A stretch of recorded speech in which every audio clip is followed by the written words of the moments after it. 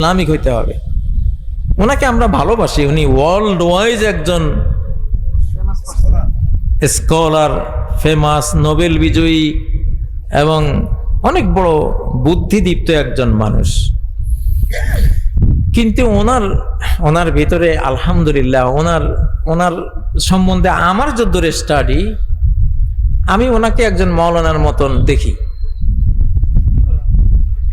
ইউনুস সাহেবকে একদম মাওলানার মতো দেখি। উনি একদিন বলতেছে যে পৃথিবী যদি এইসব কর্পোরেট মাফিয়াদের হাতে থাকে আর রক্ষা না হয়, এক একটা কোম্পানি সব কিছু নিয়ন্ত্রণ করে, সব খাদ্য এক ধরনের কোম্পানির হাতে, সব ঔষধ মাফিয়াদের হাতে, সব টাকা পয়সা ব্যাংক মাফিয়াদের হাতে, সব মাফিয়াদের হাতে চলে গেছে। এদের থেকে উদ্ধার না পালে পৃথিবী 30 বছরের বেশি টিকবে না। তাই বললাম যে এইটা তো উনি ওনার আক্কল জ্ঞান খরচ করে বলতেছে, এইটাই তো হাদিসেরও কথা, যে পৃথিবীর বয়স খুব একটা, মানে আমাদের মুসলিমরা আমরা পৃথিবীতে ইমাম মাহদি ঈসা আলাইহিস সালাম সহ আমরা ধরেন 50 বছরের একটা অর্ধ শতাব্দীর একটা সোনালী অধ্যায় আমরা পাবো ইনশাআল্লাহ। এরপরে কাফেররা থাকবে, এরপরে সিংহের ফুৎকার আসবে, সেগুলি অন্য। কিন্তু মুসলিম উম্মাহ ইমাম মাহদি এবং এখন থেকে আফগানিস্তানে ইসলামের সে আরো পৃথিবীর অন্যান্য দেশেও আসবে, বাংলাদেশেও মন রেডি হয়ে গেছে আলহামদুলিল্লাহ। মানুষের অন্তর রেডি হয়েছে আল্লাহর জন্য। কার জন্য?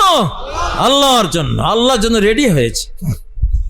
এই বাংলাদেশ দেখতে মদিনা শরীফের মতো। মদিনার 3 দিকে ঘেরাও, একদিকে বের হওয়ার রাস্তা। মদিনার 3 দিকে পাহাড়, একদিকে শুধু বের হওয়ার রাস্তা। বাংলাদেশ 3 দিকে ঘেরাও, শুধু একদিকে বের হওয়ার রাস্তা।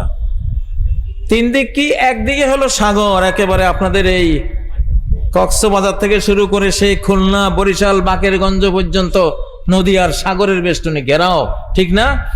আর পঞ্চগড় থেকে সিলেট থেকে চিটাগাং পর্যন্ত পাহাড়ের বেষ্টনী। তাহলে 3 দিক আমাদের, 2 দিকে পাহাড়, একদিকে সাগর। শুধু সাতক্ষীরা, রাজশাহী, যশোর ওই অঞ্চল দিয়ে স্থল অঞ্চল, ওই দিক দিয়ে বের হওয়ার রাস্তা। এই জন্য আগের যুগে সামরিক বিশেষজ্ঞরা বলেছেন, বাংলাদেশ এমন একটা দেশ, এই দেশে ঢোকার 100টা রাস্তা আছে, বের হওয়ার রাস্তা একটাও নেই। কেউ যদি ঢুকছে তো মরছো। আল্লাহু আকবার। কেউ যদি ঢুকছে তাহলে মরছো তোমরা, এই দেশে ঢুকো না। তো যাই হোক, বলতেছিলাম 3টা